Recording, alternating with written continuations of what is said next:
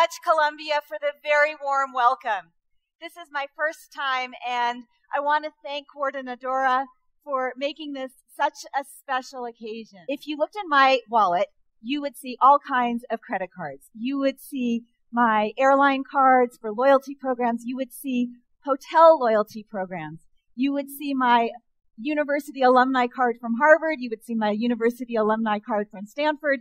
You would see my library card. If you looked at my computer, you would see dozens of passwords for companies of which I have subscriptions. And if you looked at my bills, you would see lots and lots of monthly recurring payments for different kinds of memberships to which I belong. These are just a few of them. You can see they run a broad range of things from digital natives to gym memberships to social clubs to music to movies. There's a really broad range of what kinds of businesses are moving to membership. Now, one of my favorites is Netflix. So I love movies, and about 15 years ago, I've lived in Silicon Valley my whole life, and about 15 years ago when Netflix had just gone public, I had been a subscriber since the beginning, and I fell in love with Netflix. I loved having 3 movies out at a time. I loved that they seemed to know what movies I would like and give me recommendations. It was the first time that a company was able to take data about my behavior and give me recommendations of better movies, better things that I might enjoy. And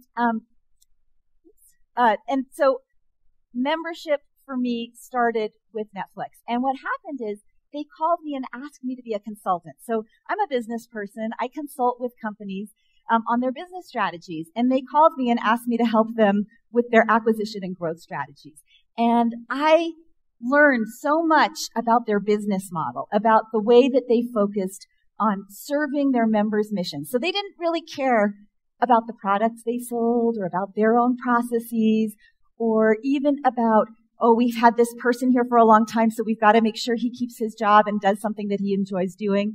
They were completely focused on the members and on the mission of the members. And that mission at Netflix was described as being making available professionally created video content with cost certainty and the most efficient way possible.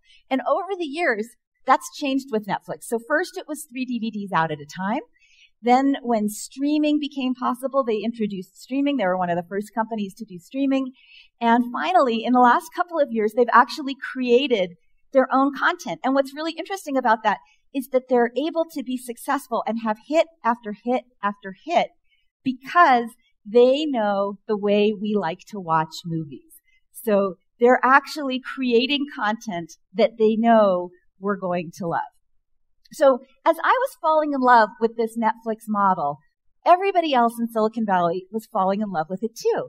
So I started to get calls, from SurveyMonkey. We want to be the Netflix of surveys, or we want to be the Netflix of software, or we want to be the Netflix of music like Pandora and Spotify. We want to be the Netflix of bicycles. We want to be the Netflix of health management programs. Everybody was on the Netflix bandwagon. And for me, this was really the beginning of the membership economy.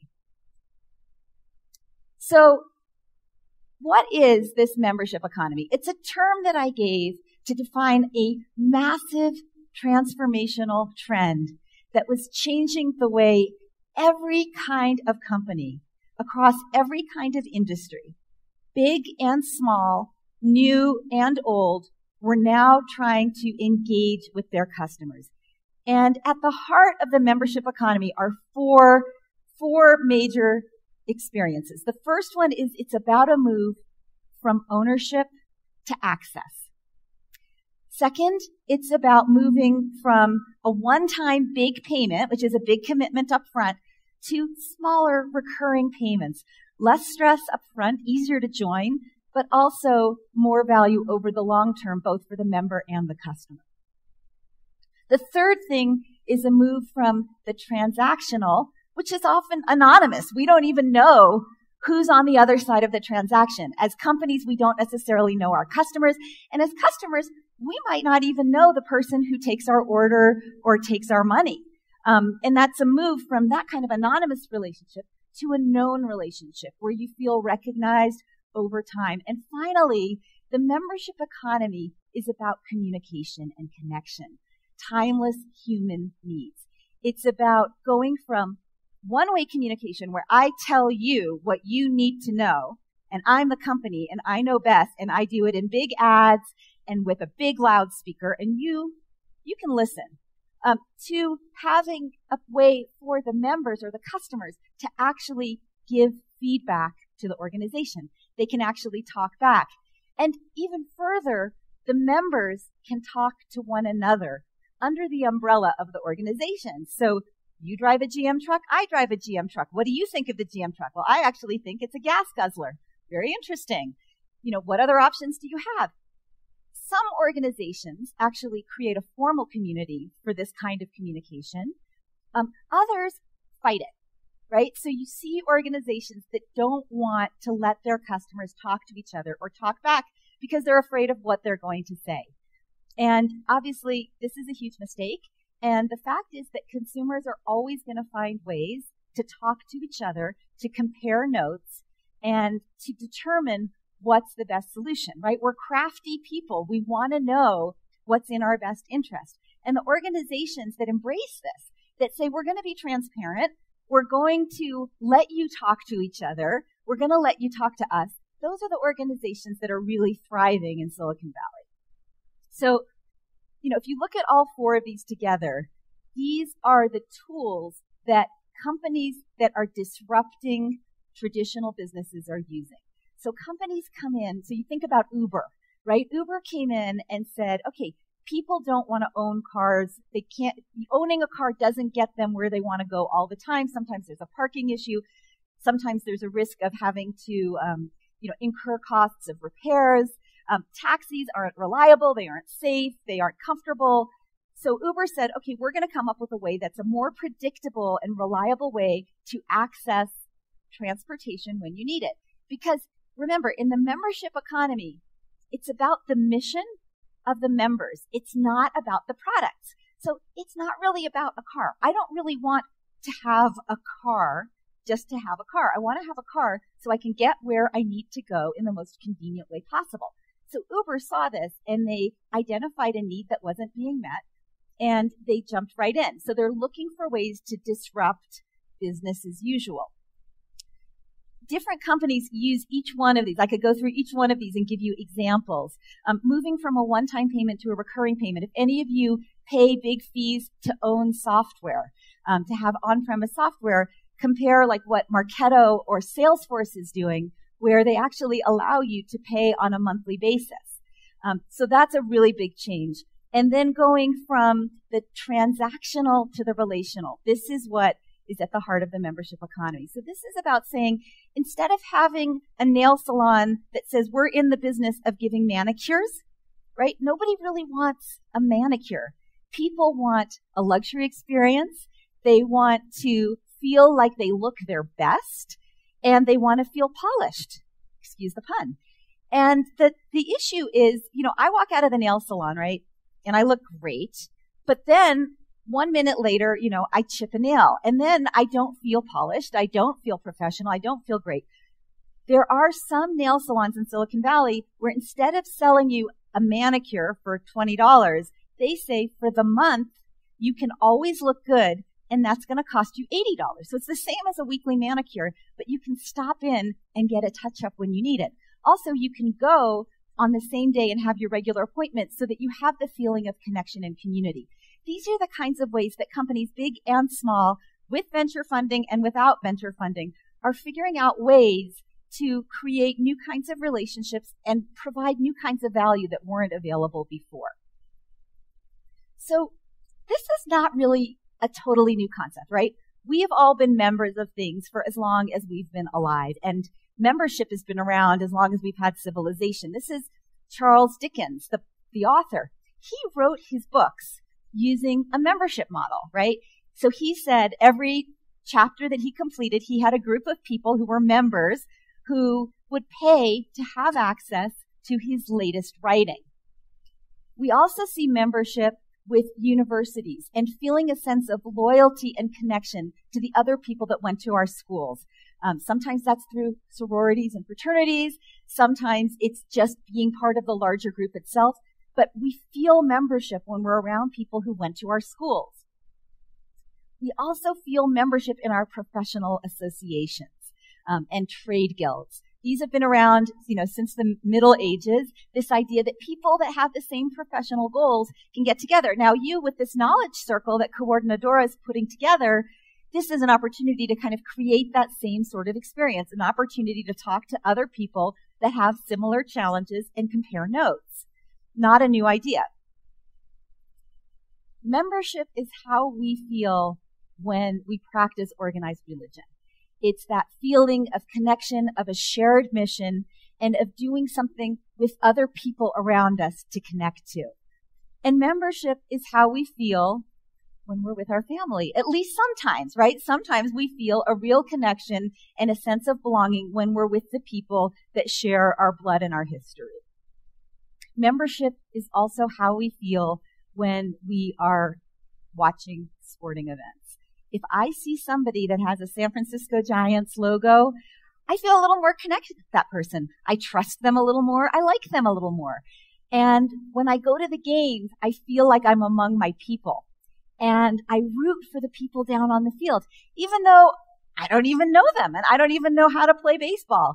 But watching them and feeling this sense of connection is something that taps into a basic human need. So why are we talking about the membership economy today? As was mentioned earlier, the book, The Membership Economy, is a bestseller. It's been translated into multiple languages. People are talking about membership everywhere you go. And membership economy businesses are disrupting every industry. They're changing the way small businesses are expected to work, right? You're expected to have an app. You're expected to have an online community. You're expected to recognize your customers when they come in and make recommendations for them. It's changing things for big companies where they're expected to take all of the big data they're collecting and provide better experiences for their members. Millennials especially expect this kind of treatment. It's what they've grown up with. So why is this all happening now? Technology is extending the infrastructure that enables trusting relationships. At the heart, membership is about trust. It's about feeling a sense of connection with the person on the other side of the table. And technology has advanced so much in the last 10 years that it's created all kinds of new ways for us to have that experience. So with the examples I gave you, right, in all of those cases, in order to have those membership experiences, you had to be in person. You had to actually be with the people in the same place at the same time. And membership is no longer limited by time and space. So you can actually feel that connection through your device. I saw, almost all of you have an iPhone or a tablet or your laptop, even with you here. It's always on. It's always with you. We can always reach each other. So that connects us more than ever. In addition, big data is making it possible for us to collect behavioral information about our customers and analyze it so that we can give them a better experience, right? Not so that we can spy on them and know information that we shouldn't know, but so that we can give them a better experience, so that we can actually know our customers and treat them better. The same way that Netflix is able to anticipate that I'm going to enjoy Orange is the New Black or Narcos, that's the same kind of thing that we all can be doing in our businesses. And if you're not doing it, your customers are going to be annoyed because they know it's possible now. They know that this technology exists that allows you to analyze their behavior. They also know that the cost for you is actually not that high. So there's a sense that this should be how business works. They also know that they should be able to create content. They should be able to share that content, and you should be able to react to that content. They know that it's not hard for you to be able to respond to them, whether it's through a formal public community like Twitter or Facebook or LinkedIn, or whether it's through a private community, supported by Mighty Bell or Lithium or one of the other community platforms that allows you to have your own private relationship and community with your members. The other thing that's happening that is really transforming what's possible, and it's changing the expectations of consumers, is the influx of venture capital investment into virtually every segment of the market. And so what that means is money is being provided to disruptive innovators, people with good ideas. And they're saying, here's some money, go figure out a way to really connect with a group of customers and solve a problem for them, a forever problem, something that's really bothering them. And don't worry about how you're going to get paid. You don't have to worry about that for the short term. Just make sure that you come up with something really awesome, right? So companies like Uber and Netflix and Amazon, they lost money at the beginning, right? They had a lot of runway. So now if you're running a business, you're competing against people that don't have quarterly numbers to meet, that don't have to generate a certain amount of revenue in order to pay all of their expenses.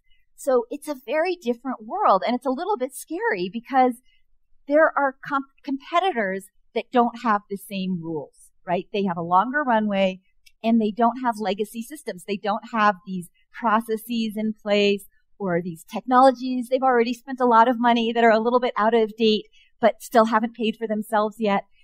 And so it's a new world in terms of the competition. And organizations that aren't thinking about how to build that long-term relationship and how to focus on the long term are going to get beaten out by these new competitors. The membership economy is a massive transformational trend. So I'm going to quickly describe what that is. So the first thing in a transformational trend is that it's driven by a massive change in the environment. So in this case, it's about technology and it's about money, right? There's more money for investment and there's more technology. There's more ways to do this. The second thing is it also ties into a human need. So on the one hand, it's like technology and money, and on the other hand, it's who we are as human beings. So it ties into both. The third thing is we start to see it not just in one industry, but we see it everywhere. We see it in our consumer products. We see it in business to business. We see it in entertainment. We see it in the military. We see it in everything that is dependent on having a customer relationship. And finally, a transformational trend is categorized by the fact that it has become the new normal. So if you were to visit me in Menlo Park, which happens to be the town where Facebook is, it's the town where Google got started. It's a very, techie kind of town. It's where all the venture capital firms are on Sand Hill Road. If you were to come there, you would see that everybody is pretty used to having subscriptions for everything.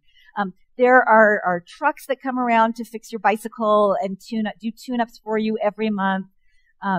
You can access your childcare in this way. You can access all of your entertainment in this way.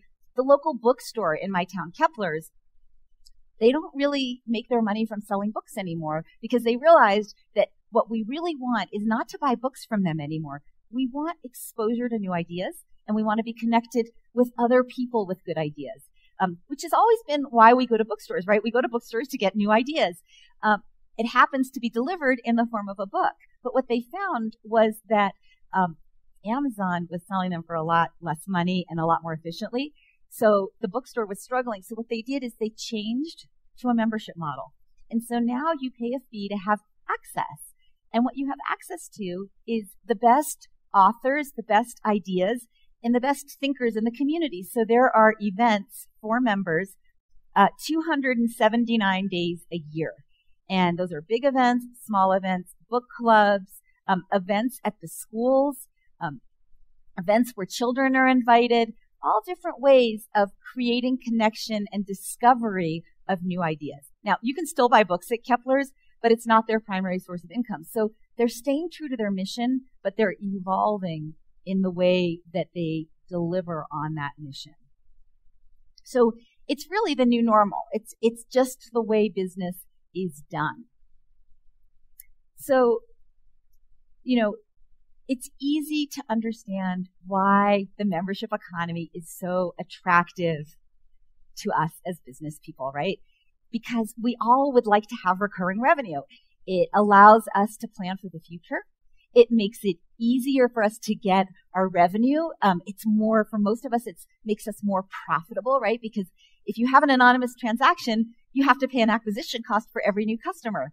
If somebody makes a decision that they're just going to keep paying you month over month, year over year, your acquisition costs go down, your revenue goes up, predictability of cash flow is much better. It's great, right? It's great. Everybody wants recurring revenue. For the last 15 years, I've had companies come to me and say, Robbie, show us how to transition our model to a recurring revenue model.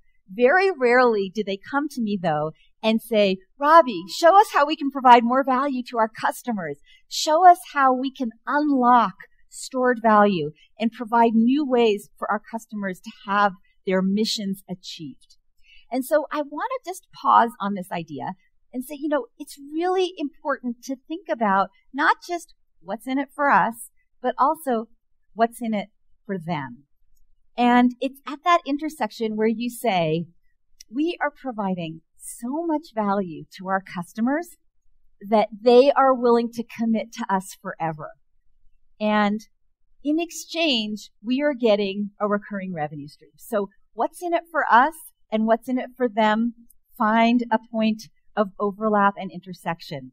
And that's where we all should be. It's amazing to me, as a consultant and a business person, and as a human being, frankly, that companies come to me, and when I say to them, why do you want a subscription model? Why do you want to transition? They'll say, so we can make more money, right? Like, it's great to make more money, but what's really important is providing more value to your customers, which justifies more money, right? And not only is that good for business, but that's good for our hearts. That's good for us as people. There's lots of data that shows that what makes people happiest, like we might think that we're happiest when we're on vacation doing nothing, but really when you analyze people's happiness, self-reported happiness, do you know when people are at their happiest? It's when they're working on something that's meaningful. It's when they're completely and fully engaged with work that is meaningful. So finding a meaningful way to help customers that also actually helps you generate revenue is really the sweet spot for everybody. Now, when you think about what's in it for your customers, here's a good trick to use. Focus on what Abraham Maslow, the psychologist in the 1940s, taught us, which is that once our basic physiological needs have been met, things like food, shelter, Wi-Fi, we move up the ladder and we want to mitigate risk. We want to be known and recognized. We want to walk into a restaurant and have people say, hi, Robbie, do you want the usual? Great to see you. How are your kids? How was your vacation? We want to be recognized. We want to feel like we belong. And then we want to go one step further. Not only do we want to belong, but we actually want people to think we're awesome. We want people to think that we are worthy of being held in high regard. We want to be admired for both our achievements, what we've done, but also for our contributions. And finally, we want to have the ability to forget about all these basic needs, to know that they've all been taken care of, to free ourselves up to achieve our full potential, right? That's what we want, right? I don't want a car to drive. I don't want to have a car. I want to not have to worry about getting to the places I need to go to live my life, right? And if a car company, whether that's, General Motors or Uber or Relay Rides or Zipcar or Avis or any of the other various kinds of car companies, it doesn't matter to me which one it is, as long as they solve my problem and they're on my team and they've got my back, right? And that's really what Maslow was teaching us. So I wanted to share, this is a big room. There's lots of different kinds of people in this room with lots of different kinds of businesses. And some of you might be saying, gosh, this is really interesting, but I don't run Netflix. I've bootstrapped my business. I run a small business or a medium business. I don't have venture investing. I've done this myself by growing slowly and carefully over time. Or I have a very traditional business, Robbie. I don't have this digital business. I do construction, or I, work directly with customers. Or Robbie, I'm in B2B. I work directly with businesses. Those aren't consumers. Those are business people. So I wanted to just take a minute and walk you through a bunch of different kinds of examples of the different kinds of companies that are transitioning to membership, because this is a big deal. It's really not limited by the size of your company, by how long you've been around, by how many technologists you have on staff. And in fact, what I would say is, if marketing matters at your organization, if you're not guaranteed that people are going to come in the door because of your geography, because of your monopoly, because of your regulatory advantages, if you need to market, if you need to sell, if people have choices besides your organization, you need to think about this. So here are some examples, right? Let's start on the left side. So on the left side, we have what I would call the digital natives. So that's subscription businesses like SurveyMonkey, like Ignite, which is for storage, Dropbox, Boxnet, companies where you have a subscription. And then there are digital communities. So these are organizations that build communities where people can access one another, or the actual members are the product, right? And so that's like Pinterest, Match, LinkedIn. But membership is not limited to digital natives, to the companies that are born and raised in Silicon Valley. Lots of big traditional companies are also focused on membership and leveraging technology. So an example there, American Express, the credit card company, has always said membership has its privileges. It's all about membership. And when I talked to the CEO of American Express Consumer, Josh Silverman, he said, the main thing at American Express is that we've always got our members back. And it's not the cheapest card for us as customers, and it's definitely not the best card for the merchants in terms of being the cheapest way of doing business. But for the consumers, for the members, it is the best value. And it's hard to put a price tag on somebody having your back and making it so you don't have to worry anymore. Membership has always come into play with nonprofits and professional associations. And, I have an example here, APO. So APO is really interesting. It's the Association of Professional Photo Organizers. So these are people that come into your house and take all of the digital files that you have in all different places, and your USB cards and all of these, different, thumb drives and on your hard drives and the physical pictures that you have from when you were a kid, and they organize them for you and make them usable. And, this is an association. It has several hundred members. Revenue is in the, high six figures to millions of dollars. They have an annual meeting where several hundred people come and spend 3 days learning about the business. It's run by one person. She owns it, right? She built it herself. She bootstrapped it. She owns it. And she's been able to do that through technology, right? She created an online community. She created online courses. She booked space at a hotel near her house and invited everybody to come and charged them a fee. And what's happened is she's created a lot of value just by herself. And what's especially interesting to me is that what's happening now that she has critical mass of all these photo organizers, all of the large photo companies want her advice. So they actually want her to provide focus groups. They want her to serve as an expert advisor to their companies. This is like Costco. This is Kodak.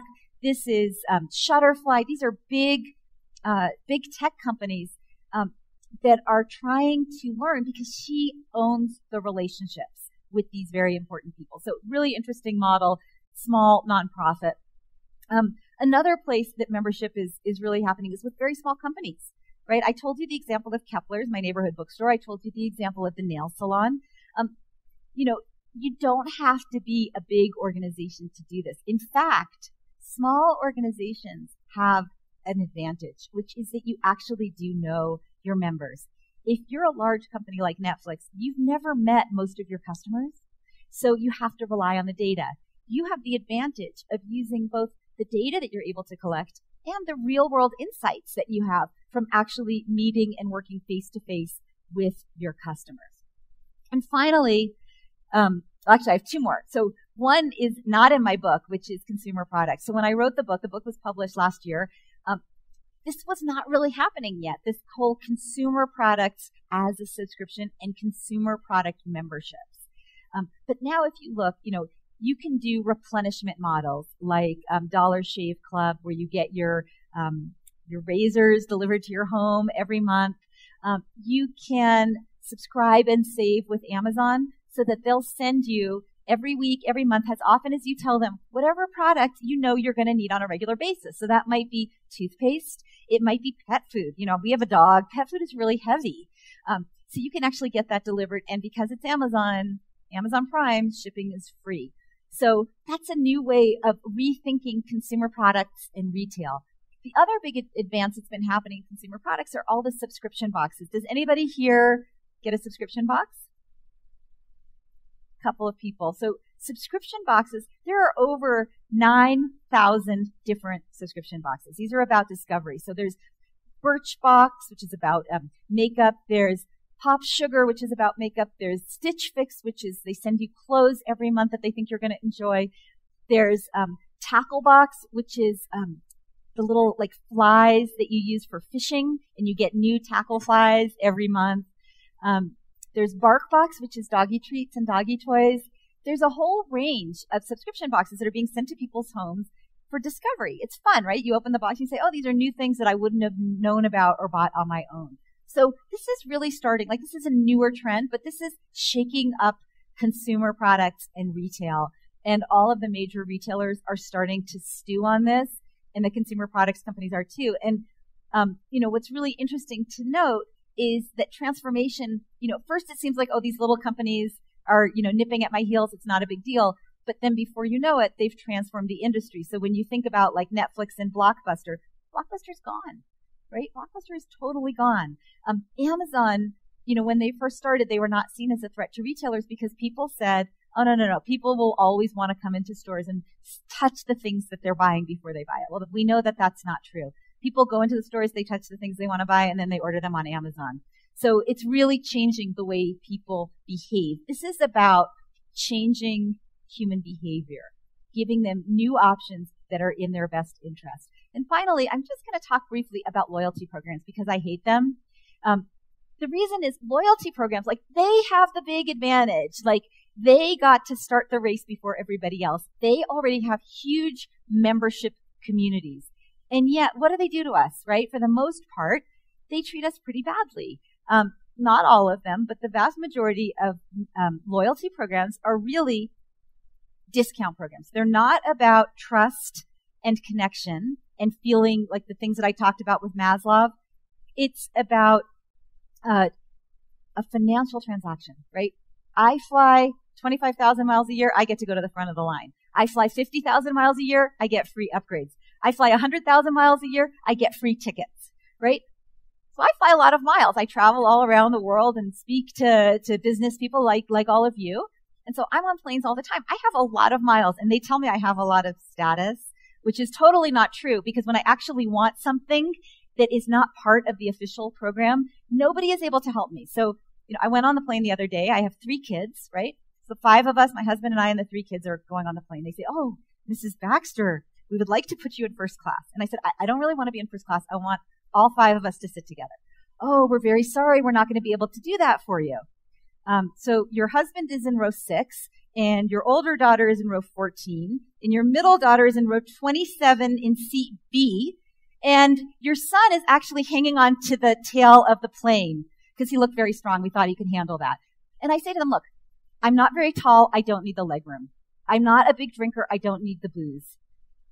All I need is to be with my family. And somehow they can't do that. They're not recognizing me as an individual and taking care of my needs. I certainly don't feel like they've got my back. And so for me, while this is the gateway to membership, loyalty programs are the gateway to membership, a lot of organizations are sort of sitting on their crown jewels and not doing anything with it. They're not really getting to know their members. They're not really asking what they want. A nice example of somebody who's doing some interesting things is Caesars Entertainment. They're the big hospitality company. Sadly, they recently went through bankruptcy for reasons not related to their membership. But what's interesting is, they own all of these huge properties in Las Vegas and Atlantic City and most beautiful resorts and so on, worth billions of dollars. Their most valuable asset when they were filing for bankruptcy, the single most valuable asset was the database of their members, the deep understanding that they have about the people who gamble and vacation with them.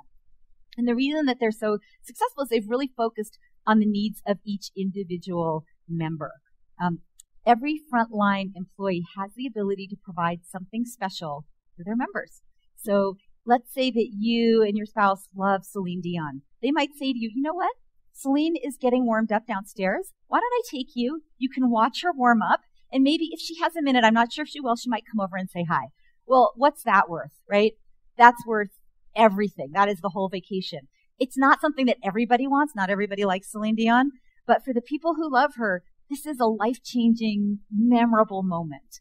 So that's really what membership is about, is recognizing what's unique about your members, anticipating things that are going to delight them, and staying in front of them, continuing to evolve the offering to meet their needs and delight them. So at this point, I want to just do something a little bit different. I'm going to talk to you briefly about what is at the heart of the membership economy, which is that forever transaction that I've alluded to.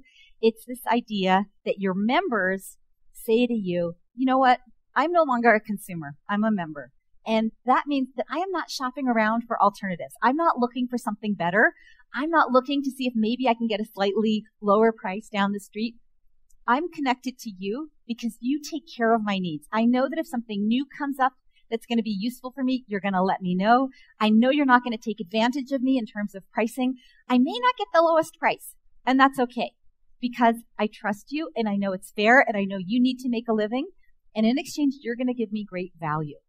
That's the promise that justifies the forever transaction. So at this point, what I want to do is I'm going to give you about 2 to 3 minutes to turn to the person sitting next to you, and it's fine/great if they don't work at the same company.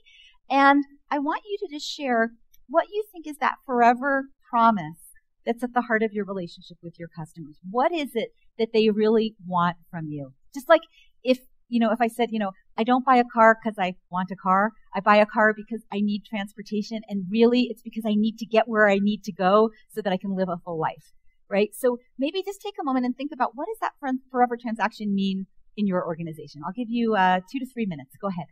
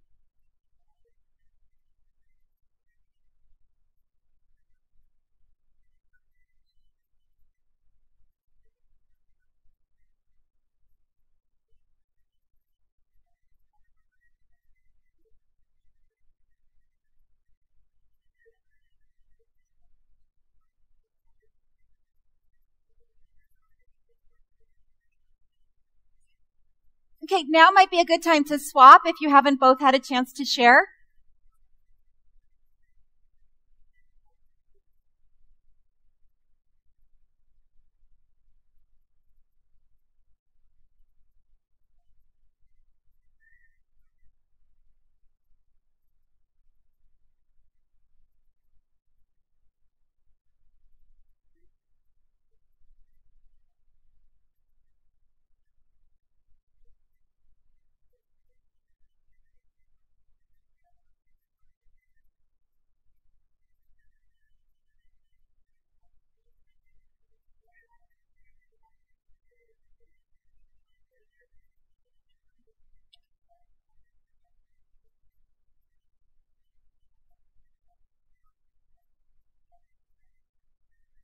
Okay, I'm going to bring you back together now.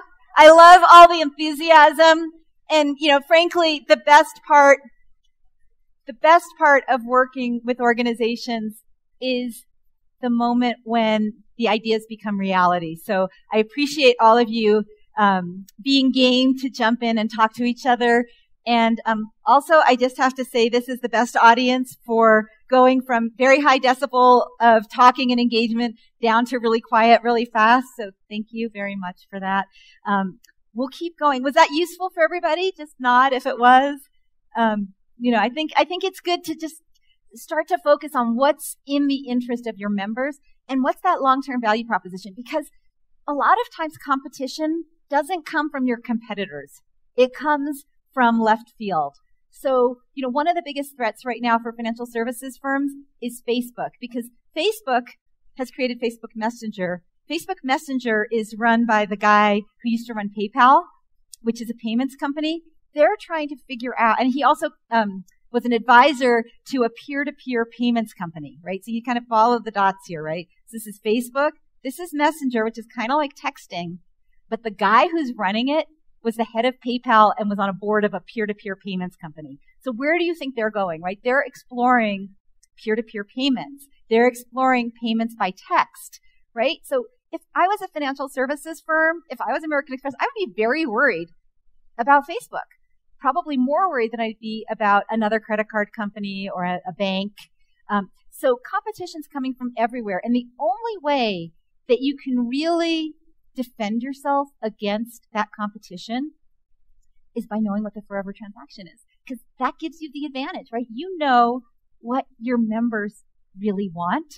You understand the bigger picture. And so you don't have to be limited by today's products and services. You can keep evolving your offering to continue to solve their needs. And as long as you do that, and they stay in a member relationship with you where they're not looking for alternatives, it's very, very hard for competitors to break in. So just something to think about, this concept of the forever transaction. If you're wondering, well, how do we start to take that forever transaction and implement it into our business models? Here are some tools that might be useful. There's 7 steps to moving to a forever transaction, 7 steps of the membership economy. And I'm going to walk you through them so that you can hopefully get some ideas. Because the truth is, if you walk out of here without any practical ideas, then I have failed with my job. My mission here, the reason that you're here, is not necessarily to sit and listen to somebody, not necessarily to enjoy the really comfortable seats of this beautiful auditorium, but it's to learn something that you can apply to be more successful in your business, right? It's to learn and to be inspired. So hopefully that's what we're doing. And hopefully these are going to be some of the tools that you'll be able to apply when you get back to your business later today or tomorrow. So I'm going to start at the top. First one is organization. I'm going to go through all of these, and then I'm going to circle back and focus on a couple of them in a little bit more depth. So the first one is organization. That's about the people on your team, what their roles are, and what the metrics are. So do you measure retention and managing churn? That is, how long do people stay with you? Are you focused on customer lifetime value? Or are you focused on the number of transactions that you've had this quarter? Right? The different metrics, people do what they're rewarded for. What gets measured is what matters. So thinking about the roles, the organizational structure, what you call people, as well as the metrics, is kind of the first thing to be thinking about. The second thing to think about is your funnel. Most organizations are familiar with this idea that you have an acquisition funnel. And at the top of the funnel, that's everybody that could possibly be a customer. And you want to make them aware of you. Then you want them to try your organization, and then you want them to transact. And for most organizations, that's it. That's why they call it a funnel, right? It just goes boom, and then it's over. The transaction's the finish line. In the membership economy, transaction's the starting line, because that's where you actually get permission to start talking to your customer, and you get to learn about them, and you get to ask them questions and improve your services. And that's where they're going to expect you to really be delivering. That's where your big investment should go. Pricing. I have to always talk about pricing. I spend a lot of time working with companies. I worked with SurveyMonkey, helping them go from having a single tier of pricing to having multiple levels of pricing. I've worked with a lot of companies on simplifying their pricing. at the heart of pricing, when you think about it, what you want to do is make it easy for the buyers to buy. Now, a lot of organizations make it easy for the sellers to sell, right? You say, well, gosh, if we have a fixed price and we make it easy for them to buy, we have risk that some of them might cost us more than others. And we don't want that because maybe we'll lose money. We don't know what the future holds. So we're going to give all kinds of complicated algorithms for how to figure out what to buy. So like when I buy an airline ticket, like I have no idea why one week it's $300 and the next week it's $600 and the next week it's $280 to go to the same place. When I try to figure out my phone system and what I'm paying for, the 5 digital, the 5 mobile phones that we have and the 2 iPads and the, cable and all the other things that we pay for, it's very hard to look at my bill and understand how the costs lead to my final total. They're making it hard for me to buy. I don't really understand what I'm doing. And when it's hard for the buyer to buy, they don't trust you, right? When I see a bill that I don't understand, my first thought is they're trying to trick me. So make it easy for your buyers to buy. You also want to think about what you can give away for free. Virtually every company in Silicon Valley has a freemium model. And what that means is there are some things that you can get for free forever. And then there are other things that you pay for forever. Free plus premium is freemium. And there's also free trial. So the difference between a freemium model and a free trial is that a free trial is done for the purpose of showing somebody how good your services are. It's like giving them a taste of the best thing you know how to create, a bite of filet mignon, right? Freemium is like all the hamburger you can eat, right? It's not necessarily the best thing. It's not perfect, but it's unlimited and forever. So a lot of organizations make the mistake of thinking that if I give them hamburger forever, they're going to want to buy my filet mignon. And that is not how it works, right? If you give somebody hamburger forever, they think you're McDonald's. And they're not going to take their spouse there for their anniversary celebration, right? They're not going to trust that you can do that. You have to give them a taste of that so that they know that you can do it. Freemium, on the other hand, is really useful if you want to change long-term behavior.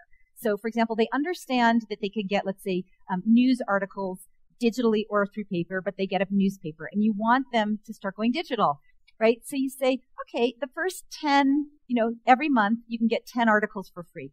So you're changing their behavior. Instead of reading the paper, they're reading, on their tablet device. And so you change their behavior, and when they really make it a habit and they go beyond 10 articles a month, you start charging them because you've changed their behavior. That's one reason for freemium. A second reason for freemium is if there's a network effect, which means that each new person that joins creates more value for the people who are there, right? This is like why LinkedIn is free for most people. Most people are members, but most of us don't pay for it.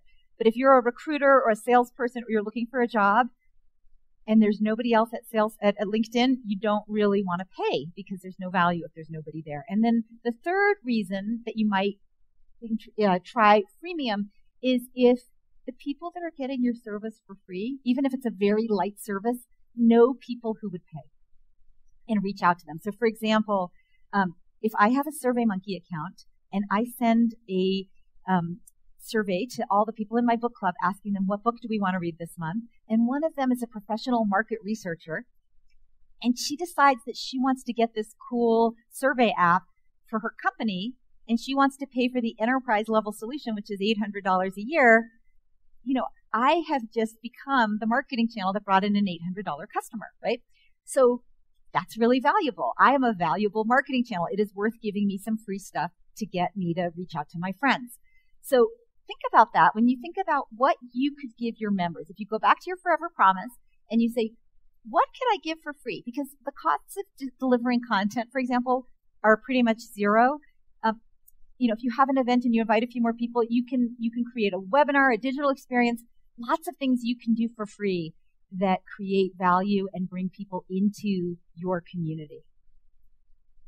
Another thing to think about is onboarding, which is, what do you do in the first seconds after somebody makes a transaction, right? I said the transaction is the starting line. So what do you do after they get to the starting line, right? What do you do once they say, I'm going to join? Because they're already thinking about canceling. I guarantee you, they're already thinking they're not going to be as good as they promised. It's not going to be good. I'm going to cancel. So you want them to have an amazing experience from the first moment that they join. And you want to keep that going through customer success on an ongoing basis, right? So a lot of organizations have customer support. That's fixing the problem you made, right? I call you and I say, you broke it. It's broken. It doesn't work. Nobody showed up. I'm not happy. I don't understand.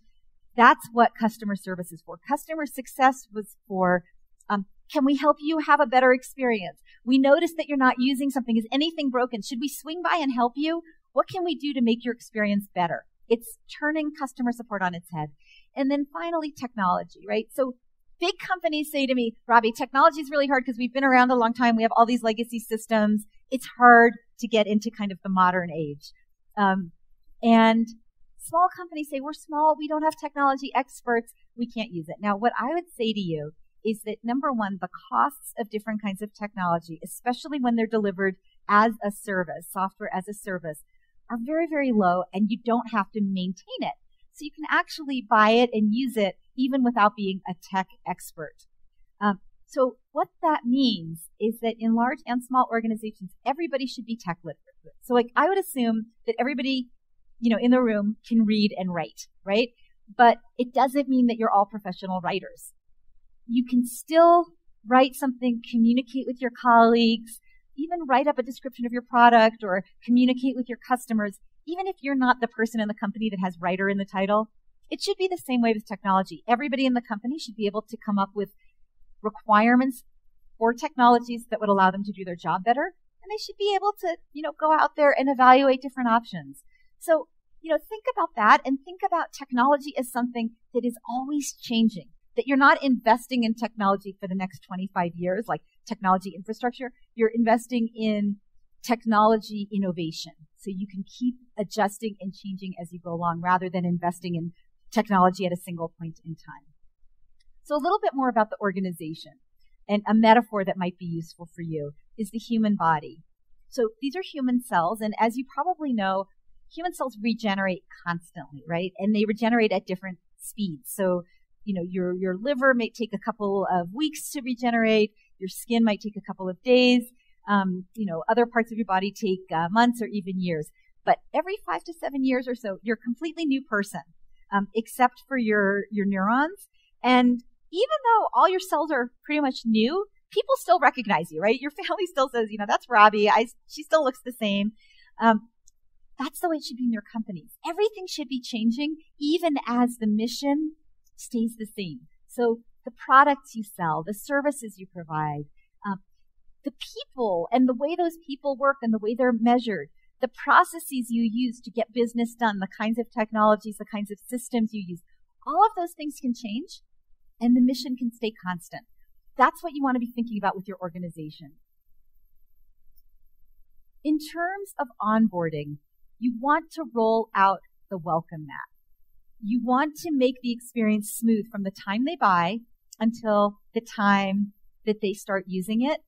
And you want to give them value immediately. Too often, organizations kind of throw the product over the wall, right? The product team makes something, and then they tell the sales and marketing team, here, go sell this. And then the marketing and sales team says, well, wait, the customers that I deal with, they don't want this. Or this isn't very good. How come you didn't ask me in advance what it was that our customers needed so that we can have a smooth transition? And instead what happens is often the customer, I just heard a story yesterday where they were saying, we are having lots of people buy our new product, but they don't use it after the first time, right? And if you're relying on a forever transaction and you're relying on a subscription model and people aren't using your product after the first time they try it, you have a big problem. So you really want to have this integrated onboarding experience that takes into account the expertise, not just of the people that do the delivery, not just the people who create the product, but also sales and marketing. Everybody should be working together to create that experience. I'm sorry, there's the picture. So, that's really what you want to avoid. You do not want to be throwing grenades over the wall and hoping that your sales team can deal with it. The last thing I wanted to talk about is customer success. So customer success is actually a job title in Silicon Valley, and it's actually one of the hottest job titles. Like if you want to get a job in Silicon Valley, say you're a customer success expert. Most of them are 25 years old, honestly, because they're the ones that are willing to kind of learn a new way of being, and the opportunities are immense. I spoke this year at a conference called Customer Success. The conference has been around for 3 years. The first year, it was 100 people. The second year, it was 600 people. When I spoke, it was supposed to be 1,200 people. They had 2,000 people show up. They had people sitting in the aisles. They had people sitting in the front. They had people in all the doorways, and they had screens out in the hall because so many people wanted to learn about customer success. Every organization in Silicon Valley now has a customer success team that is focused not on customer support, not this kind of distant-looking formal guy that's got a headset, but this friendly, approachable person who's in your corner. It's a real transformation of how you engage with your customers after they buy your products. And in a lot of organizations, customer success is becoming the new center of the whole organization because they're the ones that are closest to the people that are actually using the products and services. One other idea that I wanted to share with you is this concept of a super user. So a super user is somebody who's not just a good customer. So it's not just somebody who buys your products, uses them in the way that they're supposed to use them, and most importantly, pays you on time, but they're actually somebody who spends their own resources, their own money, and their own time to improve the condition of your organization. So these are the people that make referrals. These are the people that participate in user groups and user forums and educate new customers. These are people who give you feedback. And sometimes the feedback's not what you want to hear, but it's always a gift. It's always something that is designed to make your company and your experiences better. And these super users, not everybody can be a super user, but even among the people that are prone toward this kind of connected, engaged way of being with their companies that they love, they have a lot of other organizations competing for their time and attention. So it's really important to think about who your super users are and how you can bring them closer to you and how you can create more of them. So here's a couple of examples. This is my sister. She and I look the same from the front, but we don't look the same from the back. She's a CrossFitter. Is anybody here a member of CrossFit, Church of the Holy CrossFit? There's some nods. People know what I'm talking about. It's a gym program. It's very bare bones. It's very hard. You go 3 times a week. You pay a lot of money for the privilege of working out in a warehouse. And you're expected to show up. You're expected to stay until everybody finishes. It's very much a community. If you don't show up, people call you. And my sister's a member. She loves it. Not only is she a member, she writes a blog on CrossFitting using a pseudonym called View from the Back of the Pack. She doesn't get paid for that. Nobody even knows it's her. But she does it because she cares about the other CrossFitters. She also calls people if they don't show up and offers to have them work out at her house. She has equipment and she puts it out in her driveway. She calls it CrossFit Driveway. They open CrossFit Driveway when the gym's closed. She and her husband host it all day. And she gives feedback to the CrossFit organization, telling them things that she likes, things that she thinks could be better, especially for a person like her who's not like a total jock, but somebody who's really just trying to stay healthy. And what's interesting to notice, she doesn't have a lot of free time. She works full-time as a psychologist. She has 2 kids, little kids. She's busy, but she makes time for CrossFit because it's so meaningful to her. CrossFit is really at the heart of her community and the way that she lives her life, helping her achieve her full potential. You might say that's good, but that's a consumer thing. We work with companies. I would say behind every B in B2B, there's a C, right? There's a consumer, and really that's an H, which is a human being. And we all have those same needs. We want to be recognized. We want to be admired. We want to belong. We want to reach our full potential. Organizations that can do that, even in the B2B environment, are going to win, right? We spend a lot of time at work. And so if we can feel friendship and connection at work, we're going to like those products and we're going to want them. Salesforce is amazing at this. Salesforce is, the software as a service company. They're based right near where I live. They have a group called the MVPs, the most valuable players. And these are the people in their community that go beyond just participating in forums, paying regularly for the products and services, and so on. These are people who help other people onboard. They refer new members in. They participate in online forums. They speak at events. When Salesforce has a regional event, they'll come speak. They'll be on a panel. They'll be referenceable customers. They'll talk to other prospects. and they give feedback. They go to focus groups. They answer surveys. And you know what the prize is for being designated a Salesforce MVP? You get to go to more events and speak at larger events. You get to talk to more senior people in the company, and you get some free shoes. Now, you still have to pay the full price for the really expensive software, but people don't care because Salesforce is their home. It's their professional community.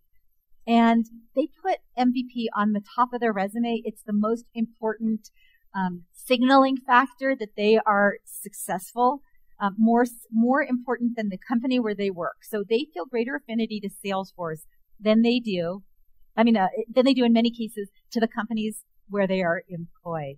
And in fact, every year there's an event in San Francisco called Dreamforce, which is for all the people that use Salesforce to come together and, mingle, learn best practices. Last couple of years, so many thousands of people have come that the city of San Francisco couldn't house them all. And they had to bring cruise ships into the harbor so that people would have a place to sleep. That's how popular and important Salesforce is in the lives of these business people. So just something to think about, who are your super users and what is it about them that makes them valuable to you?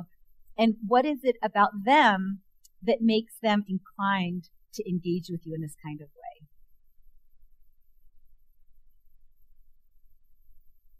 So there are 5, when I work with companies, there are really 5 points where companies run into trouble in the membership economy. They run into trouble when they're starting out, going from an idea to actually creating a business, because it's hard to create a community or connection or an ongoing experience from a standing start. Second reason that companies often struggle is when they're moving from being like a very traditional analog business to being a digital business, right? So like Weight Watchers, they moved, and what they found was that people engage differently online, and different kinds of people like to do their weight loss privately and through a digital system rather than going in for the meetings for which they're so famous. A third way that companies struggle is when they're just minding in their own business as usual, and they get disrupted by a new entrant that they weren't expecting. A fourth example is when an organization is going from a startup where everybody is so committed. When you start a new company, and I know some of you are entrepreneurs in the room, you work around the clock. You don't care, if you don't sleep. Everybody that's on your team is completely bought in. Everybody's working, long hours, not necessarily the most efficient ways, but doing it to get the job done. And moving from that to having like a more process-driven, organized, sustainable business can be very disruptive. And a lot of times what happens is people leave, right? Because the entrepreneurial people want to go to another entrepreneurial company. And also creating those processes slows growth, right? Because you have to pause and put the systems in place. And then the last thing that happens is going from a transactional business to a subscription business. So both Adobe and Intuit have done that in the last year with pretty good results. Intuit did it gradually by offering software in a box and software as a service at the same time, whereas Adobe just said, on this date, we are only supporting our subscription model, and if you have the disks and you have a problem, you may no longer call us. They lost some customers right away, but they had analyzed the potential risk, and they actually made that transition successfully. And I'm happy to talk more about that if anybody's interested. But what I wanted to focus on, since we have limited time, is that third category, the disruptors. And I want to share a couple of examples because, as I said earlier, disruption doesn't come from your nearest competitor who looks just like you but is a little bit ahead of you or a little bit behind you. It comes from a place that you never would have thought to look. And here's a couple of examples. So this is the Amazon River, and I choose to show you that instead of the logo because I want us to remember what Amazon's trying to do. They are trying to become the source of all life for all people. They want us to buy everything from them. And they were willing to lose money on, a lot of their initiatives. They've done a lot of experiments. First they were just selling books. Then they were selling everything. Then they said, well, there's actually some things we can't sell, so we're going to support retailers through a platform so that the people who sell stuff that we can't possibly sell can sell everything. That kind of long tail approach. Then they said, we want people to use our digital products. We want to actually change their behavior. So they gave away access to their digital products through Amazon Prime, which is their membership, their community for their most active customers.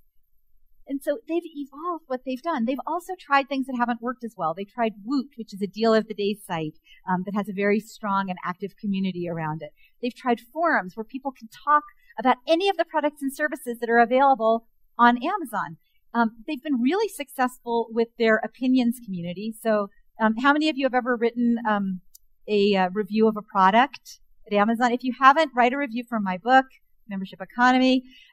Those reviews really, really matter. And Amazon created a community of people who write reviews. They call it Amazon Vine, and it's a community within a community. So they've been very innovative, and they've disrupted so many industries, right? They disrupted the whole book industry, right, which is completely falling apart, the whole publishing world. They disrupted book retailers. They disrupted retail in general. They've come between consumer products companies and the consumers, further disintermediating them. They've disrupted music, and they've disrupted video. They've disrupted some of the disruptors, right? Spotify and Apple and Netflix are all very scared of what Amazon's doing. So really interesting to think about disruption and the number of different industries that Amazon has and continues to disrupt. Another example, as I mentioned earlier, is Dollar Shave Club. So Dollar Shave Club, very simple model, right? They take a box, they make it look really pretty, they put your razors and your disposable razors in there, and they send it to you on a schedule that you choose, right? Very simple, right? Doesn't seem threatening at all. Gillette, one of the biggest companies in the world, tried to stop them. They came up with their own model. They failed, right? So this little kind of online entrepreneur beat Gillette at their own game. And recently, in the last couple of months, Dollar Shave Club was acquired by Unilever, one of the very largest of the consumer products companies, for $1 billion, right? So this little disruptive company has been around less than 5 years, disrupted an entire industry, and was purchased at an outrageous price, not necessarily because they wanted the shaving business, but because they wanted the expertise and the innovative ideas and the new way of looking at things. 3 questions that I'd love for you to think about over the next couple of days. The first one is, to really focus in on that forever transaction, the stuff that we were talking about earlier, and come up with what that means in your organization. The second thing is to think about it from your members' perspective. What could this mean for them? And then finally, you want to think about what would a forever transaction do for our members. So these are 3 things that you might want to think about when you go back and you're with your team. If we had all day, we would sit down and we would go through these questions and come up with ideas, brainstorm, really get into the shoes of what it feels like to have members, what it feels like to have a forever transaction, what the value is for the members themselves. So what does this mean for all of you? I'm coming here from Silicon Valley, very different kind of place. Not as much history, not as much tradition. I grew up there, and now that I've lived there my whole life, I am like the elder statesman of Menlo Park. Like, I've been there longer than anybody else. Most of the people that live in my town have been there, for just a few years. People are always coming and going. It's a very different kind of environment. And yet, I think there are some really interesting implications that are coming. Number one, people are disruptive. People don't see hierarchies. They don't wait their turn. If they see a need that hasn't been met, they can go out and get money to try something new. And they're not expected to be successful immediately. They're given a long runway. So what does that mean if you're running a business here and you have these competitors who have resources and who are innovating really quickly, going after, basically cherry picking the best parts of your business? What it means is, number one, that you should be anticipating this kind of disruption in your business. This woman in my book club, her dad is the founder of Intel, Andy Grove, and he wrote this book, which we all read in our book club, called Only the Paranoid Survive, right? So be a little paranoid, right? You want to think about what could happen. How could we be disrupted. And not only, historically, to disrupt you, they actually had to physically get people into Latin America, have the relationships, build trust, the old-fashioned way. Now they can just kind of parachute in with their digital offerings. So it's a lot cheaper to go global, right? Netflix went global, it went to 25 countries at once. They can do that, right? And so you really want to be thinking about what that might mean for your own business. So the last thing I want to do is give you a chance to get real, right? So if you read English, and I am so grateful for everybody here for the amount of English that has been spoken to me. I wish I spoke Spanish. I need to learn to speak Spanish. I really appreciate it. But for those of you who speak English, it's Research, Experiment, Adjust, Launch, and it stands for REAL. Get real. So, we're sitting in this cool room. We're thinking big ideas. We're being innovative. But then you're going to go back to your desk and you're going to have a pile of messages and things that have gone wrong and things that you need to take care of. Business as usual. Right now, we're out of business as usual and business is unusual. And so at this point, I want you to think about one place that you could research where you could build a stronger relationship with your members. One thing that I talked about today that you say, I would try that. And then experiment. Just do it in a small way. Do it in a manual way. Don't invest a lot of money or resources. Just try it. That's what they do in Silicon Valley. If it doesn't work, adjust. Don't worry about it. You don't need to go away for 5 years and then come back with, jazz hands. Ta-da! We have the answer. It's much better to tinker, to keep adjusting and trying until you get something that you like, and then you launch. So, pick one thing, and in the next 30 days, give it a try. And, at Netflix, one thing that I always loved was that people were rewarded for trying something that didn't work because it was one thing that they could cross off of their lists. So you could try as many things as you wanted, no matter how junior you were, as long as they were kind of within certain parameters that fit with the Netflix brand. So, try something in the next 30 days. If it doesn't work, that's okay. And if it does work or doesn't work, please tell me because I'd love to hear about your experiments.